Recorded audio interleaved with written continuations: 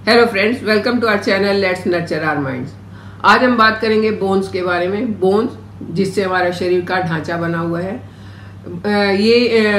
जब हम छोटे होते हैं, मतलब बच्चे का जब तक वो बच्चा है और एडल्ट होता है तब तक उसके बोन्स में मिनरल्स के साथ मिलके बोन्स का मास बनता रहता है। और एक बार जब 28-30 के बीच में पहुंचते हैं तो बोन मास पीक पर होता है, मतलब जितना होना चाहिए उतना हो जाता है। अगर तो तब तक बोन मास सही हो गया तो प्रॉब्लम नहीं होती है, लेकिन अगर तब तक नहीं बन पाया तो ऐसे लोगों को आगे जाके, यानी कि एक सर्टेन एज के बाद 40 के बाद 45 के बाद बोन्स में प्रॉब्लम होना शुरू हो जाती है।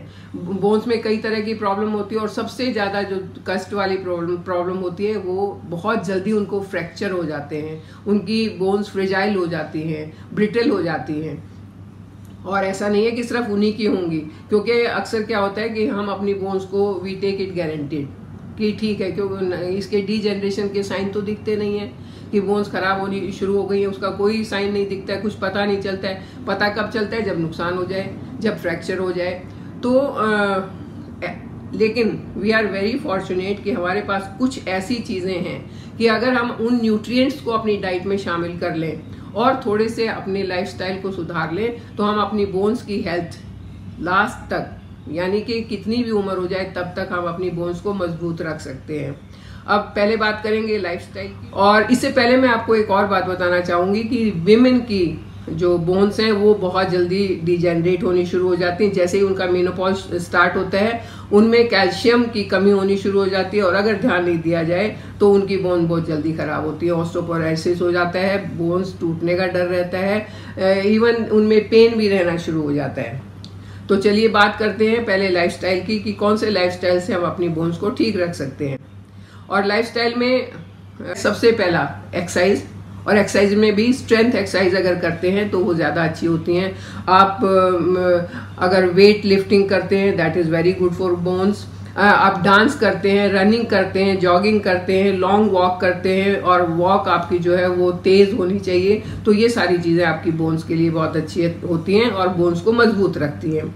इसके साथ साथ आपका एक हेल्दी वेट मेंटेन रहना चाहिए। ये अगर किसी का ये होता है कि एक बार वेट बहुत बढ़ गया और फिर चिंता होती है, वेट बढ़ गया, फिर उसको कम करते हैं, फिर उसको फिर ध्यान नहीं देते हैं, फिर बढ़ गया, तो ये जो फ्लक्चुएशन वेट में आती हैं ये बोन्स के लिए अच्छी नहीं होती हैं। तो हेल्दी वेट मेंटेन करना ये भी आपके लाइफस्टाइल में शामिल होना चाहिए। उसके लिए आपको जो भी करना पड़े वो आपको करना चाहिए। अब बात करते हैं कि खाना क्या चाहिए। बोन्स में कैल्शियम एंड विटामिन डी, ये दो चीज़ें अगर हैं तो बोन्स मजबूत होती हैं। तो हमारी डाइट में कैल्शियम भी होना चाहिए, विटामिन डी भी होना चाहिए। अब विटामिन डी जो है वो आपको कुछ तो सप्लीमेंट से मिलता है या कुछ खाने से मिलता है, लेकिन मैक्सिमम मिलता है सन से, सूरज से। तो क्योंकि ये देखा जाता है जो बहुत डार्क स्किन के लोग होते हैं, जैसे अफ्रीकन वगैरह होते हैं, उनको पूरा विटामिन डी नहीं मिलता है, लेकिन वी आर वेरी लकी कि हम जिसको कहते हैं गेहुआ रंग, हमें विटामिन डी पूरा मिलता है। बट उसके लिए थोड़ा सा सन एक्सपोजर चाहिए। अगर सिर्फ सारा दिन घर में ही बैठ के अंदर काम करते हैं तो उसको भी विटामिन डी नहीं मिलता है। आपको बहुत सारे वेजिटेबल्स एंड फ्रूट्स खाने चाहिए। वेजिटेबल्स में भी ग्रीन वेजिटेबल जो होती हैं वो बोन्स के लिए अच्छी होती हैं, जैसे ब्रोकली है, जैसे कैबेज है, गोभी, ये गोभी में सफ़ेद गोभी के, हरी गोभी मतलब ब्रोकली, वो सब होती है। इसके साथ साथ लीफी वेजिटेबल्स भी। हाँ, यहाँ एक बात इम्पॉर्टेंट है कि पालक जो है वो उसमें कैल्शियम होता है, नो डाउट, उसमें मिनरल भी बहुत होते हैं, लेकिन वो कैल्शियम को बोन्स के अंदर एब्जॉर्ब होने में थोड़ा सा स्लो कर देता है। इसलिए इसको बोन्स का प्रॉब्लम है, उसको पालक नहीं खाना चाहिए या कम खाना चाहिए। जब हम हरी सब्जियां खाते हैं तो हमारे बोन्स के जो सेल हैं वो मजबूत होते हैं और जिससे बोन्स भी मजबूत होती हैं। भरपूर मात्रा में प्रोटीन लेना चाहिए, मैग्नीशियम और जिंक रिच डाइट भी लेनी चाहिए। मैग्नीशियम जो है वो विटामिन डी के साथ मिलके कैल्शियम को बॉडी के अंदर एब्जॉर्ब करने में मदद करता है, जिससे कैल्शियम जो है वो यूरिनेट के थ्रू निकल नहीं जाता है, आपकी बॉडी में एब्जॉर्ब होता है और बोन्स को मजबूत करता है। भरपूर मात्रा में आपको विटामिन डी और विटामिन के भी लेना चाहिए। विटामिन के जो है वो आप कि बोन्स में बोन प्रोटीन बनाता है और कैल्शियम लॉस को रोकता है, कैल्शियम लॉस नहीं होने देता। आपको लो कैलोरी फूड अवॉइड करने चाहिए, क्योंकि अगर वेट वॉचर्स जो होते हैं वो लो कैलोरी फूड खाते हैं, उनका वेट कम हो जाता है, फिर वो जब उसको छोड़ते हैं तो वेट बढ़ता है, और ये चीज़ जो है घटना बढ़ना वो बोन्स के लिए अच्छा नहीं होता है। तो आपको लो कैलोरी डाइट नहीं लेनी चाहिए। ये अप्रॉक्सीमेटली 1200 कैलोरीज पर डे लेनी चाहिए अगर बोन्स को मजबूत रखना है तो।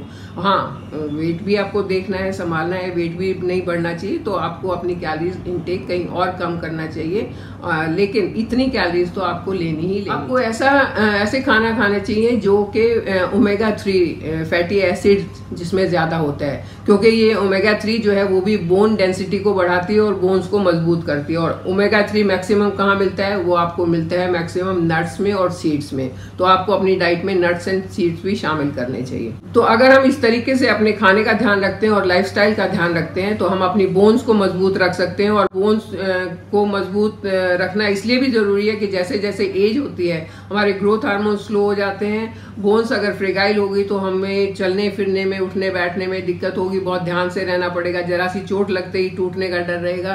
तो ऐसी नौबत ना आए, इसके लिए हमें पहले से ध्यान रखना होगा।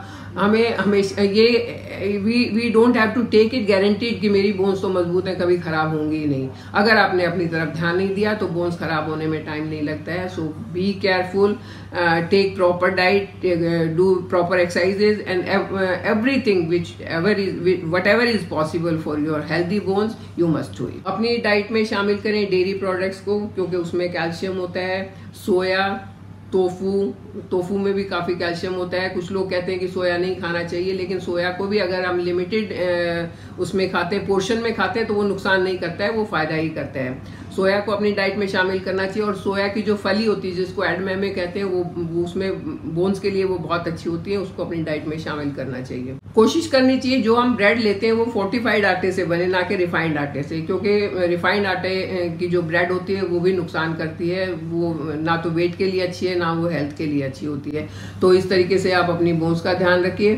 और मैं कोशिश करती हूँ कुछ और अच्छे वीडियो बनाने की और आपके साथ बने रहने की। मेरे चैनल को सब्सक्राइब कीजिए। Thank you.